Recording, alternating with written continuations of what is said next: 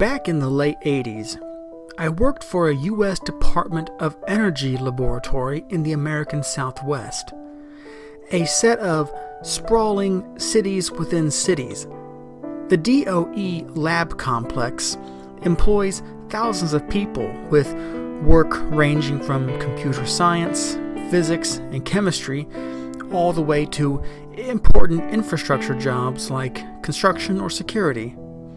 I worked on mainframes at the time. Like any secure government facility, this particular complex had a set of colorful and local legends that over-dramatized the mysterious work we performed. People were convinced that the labs held evidence that aliens had visited us in the 50s, or that we developed a neutron bomb capable of wiping out whole cities without destroying any buildings, or that we were sitting on cold fusion technology but were keeping it a secret to protect the interest of big oil. These are all completely false. In reality, the labs were run much like any other company. We had time cards, deadlines, department meetings, and bosses' day lunches, just like everybody else.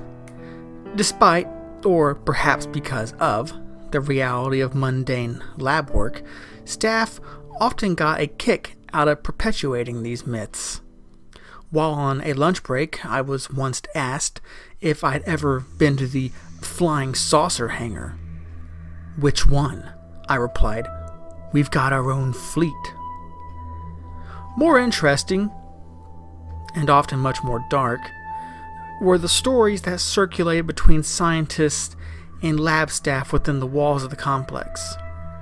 One such rumor posited that physicists had briefly made contact with humans from the distant future, and that the transmission was IBD.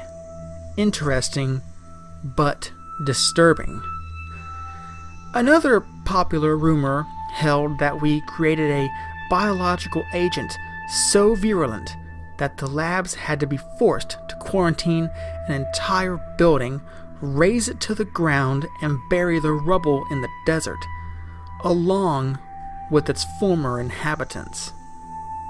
My favorite story: Buttonhead is watching you. In those days, the halls of every building were plastered with information security awareness posters, usually featuring a red-faced villain wearing a trench coat. "Beware your adversary. Protect your secrets. The enemy is always watching. Always dispose of sensitive documents in a burn bag." It's likely that Buttonhead was a mishmash of popular alien myths and the pervasive atmosphere of Cold War paranoia that embodied the idea of an insider threat. The legend of Buttonhead went something like this. When working late at night, be on the watch for Buttonhead. He prowls the laboratory halls after sundown. He can only get you when you're alone. He doesn't have a mouth to speak or ears to hear, but his eyes do more than see, and he's always watching. According to witnesses, Buttonhead looked like, well, a person from far away, but had a featureless, round, pulpy head with a pair of deep holes in the center of his face. Nobody ever said what Buttonhead was watching for or what he would do if he ever caught you alone. It was typically the older lab veterans who would bring up Buttonhead, along with hushed stories about the mysterious disappearance of several Night Owl employees over the years. During a retirement party, I'd jokingly asked the guest of honor if he had ever seen Buttonhead. "I saw it once, in one of the old warehouses way south of the tech area," he replied, cracking a forced smile. "I remember the smell, most of all." So is he a alien or just a regular old ghost? The smile quickly drained away. He paused, looking like he might confess something important, but stopped short of it, muttering, "No, it's much worse than that." A few months later, I was pulling a late night in one of our mainframe rooms, performing some maintenance with a coworker, a contractor named Gary. Gary was a bald, pudgy, diabetic Mormon who was a salt-of-the-earth type with an easygoing demeanor. He had an abbreviated sense of humor, but didn't have a mean bone in his body, and was a good colleague. The mainframe room was in the largest single-story building of the complex, with around 20 crisscrossing halls that seemed to stretch on into infinity.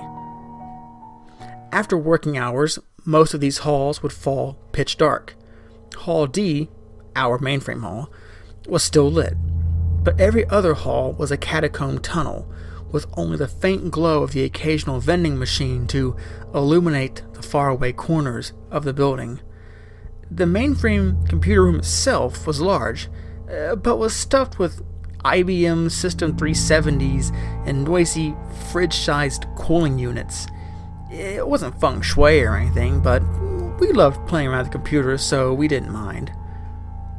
Around 9 or 10 that night, Gary left the room for a bio break, leaving me alone at my terminal.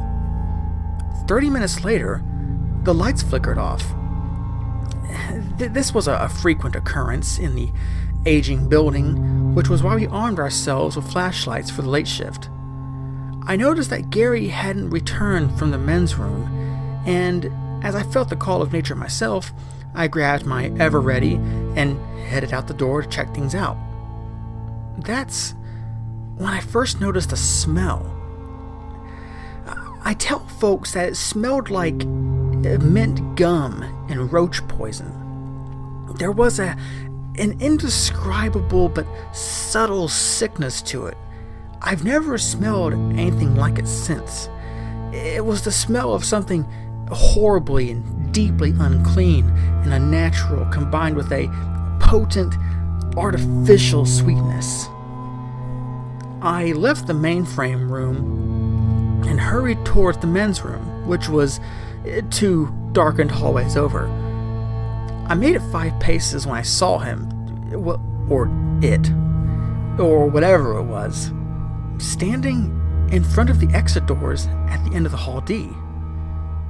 Was what looked like a man in a gray jumpsuit. Both it and I remained motionless as I trained my light down the hall. Seconds later, it broke into a speed walk straight for me.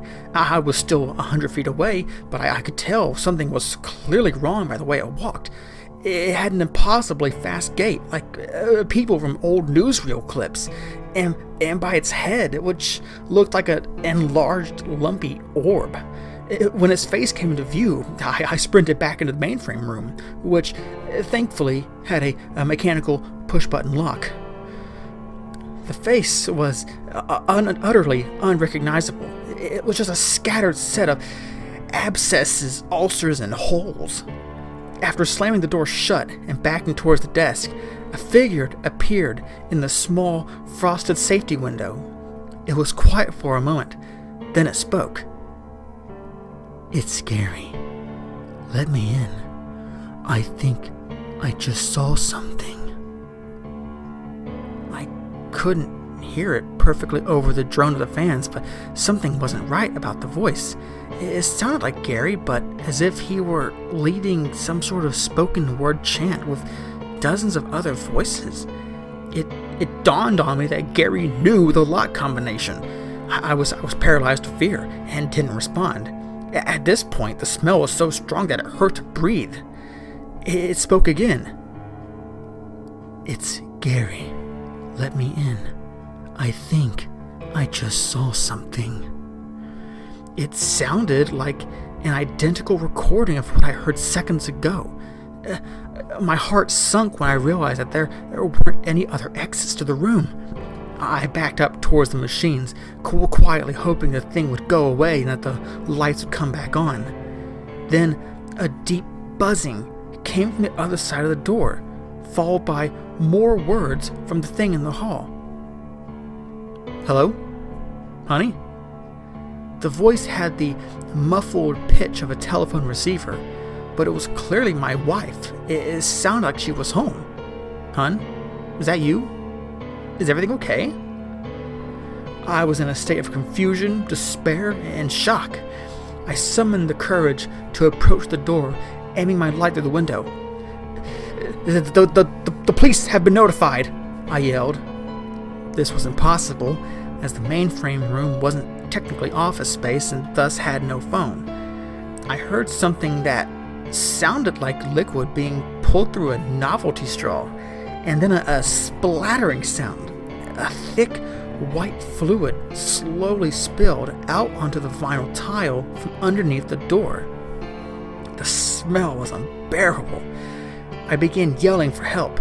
I could hear the thing fumbling with the push-button lock. The splattering continued, and the dense white syrup kept pouring from beneath the door. I remember retreating to the back of the corner of the mainframe room, and then nothing else. Hours later, a pair of MPs found me curled up in a ball and sopping wet in the rear corner of the mainframe room.